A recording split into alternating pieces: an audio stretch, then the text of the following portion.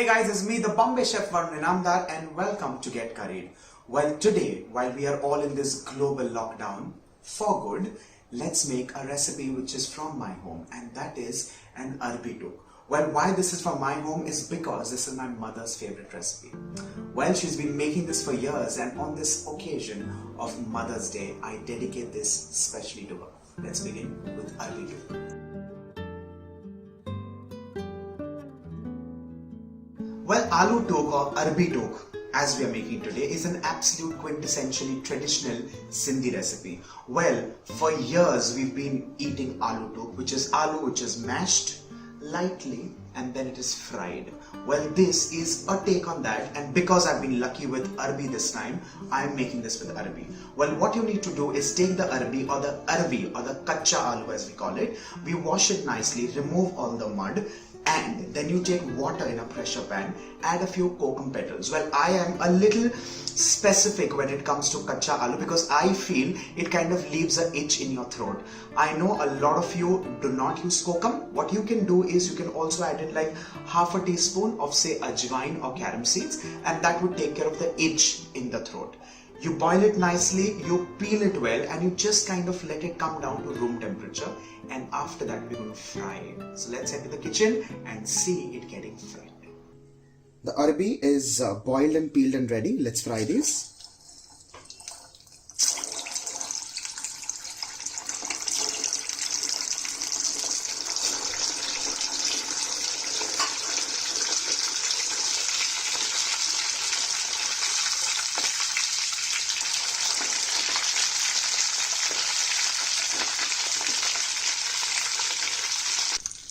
The kacha aloo or arbi is fried and ready.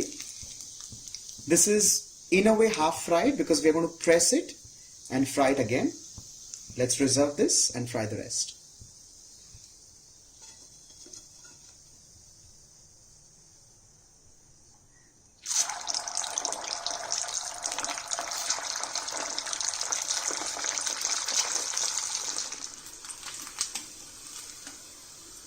Well, if you notice, these are not completely fried, they're literally half fried and just mildly golden brown in color.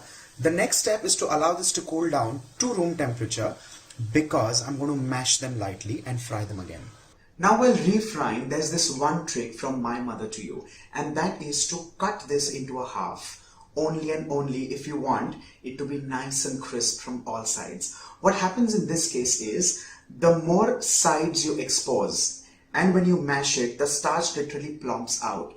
And then when you refry it, it becomes nice and crisp because the more sides you expose, the crisper it becomes when refrying. So remember that if you want it nice and crisp. If you do not like it nice and crisp, then what you can do is just mash it the way it is, just lightly. When I say mash, I just mean lightly pressing and then refry it. And that's about it.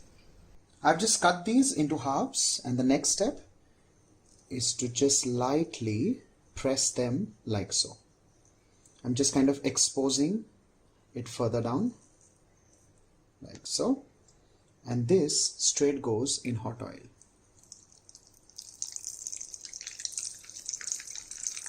Make sure you do not do this when it is hot because you'll just end up scalding yourself.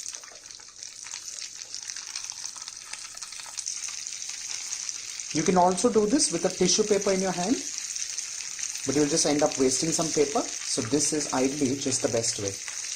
Do not press them too much. You do not want to break them at all.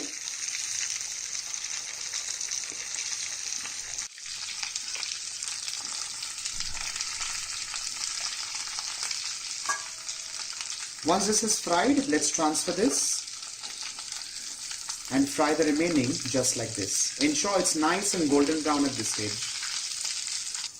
Similarly, let's fry the other arbi as well. With this, our arbi is fried for the second time and ready. And here, if you notice, a few had broken further down into pieces. And this is actually for the chef in the kitchen. Let's now move on to making the powder mix. For that, in a separate bowl, you take some amchur.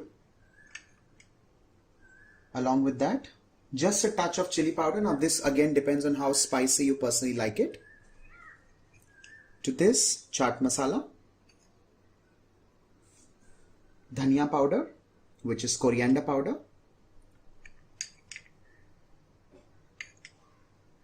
just a touch of turmeric, and with this, salt. Let's give this a mix. And with this, our powder spice mix is done and ready for the kacha aloo or arbi-tuk. The next step is to toss all of this in a pan. For that, you need a pan on high flame. You can of course take a pan, you can take a kadhai, that's a complete personal choice. Let's start placing the fried arbi very carefully without breaking. It's extremely delicate at this point in time. If you're doing the potato version or the aloo tuk, it's going to be a little more attached, it's going to be a little more firmer than the arbi. On top of this, let's sprinkle the powder spices.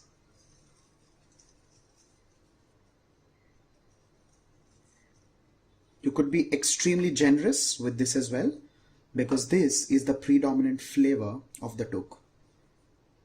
To ensure that the spice sticks onto the arbi, I'm just adding like a teaspoon of oil and give it a swirl. Do not tend to flip this or do not tend to kind of stir this with a spoon, because you'll end up breaking the arbi. If you wish, you can also add in some coriander leaves and your arbi-tuk is ready to be served. With this, your arbi-tuk is done and ready. Now, whether you make this with potatoes or with sweet potatoes, your recipe, your technique remains the same. This goes as a wonderful starter and an amazing accompaniment to your khichdi. Now, whether you make kadhi khichdi or you make Sindhi kadhi and rice, this is just fantastic. On that note, do not forget to like, share and subscribe to Get Curried, and for more such wonderful recipes while we are still in a lockdown, do not forget to subscribe. Also, from me to all the mothers across the globe, a very, very happy, safe and healthy Mother's Day.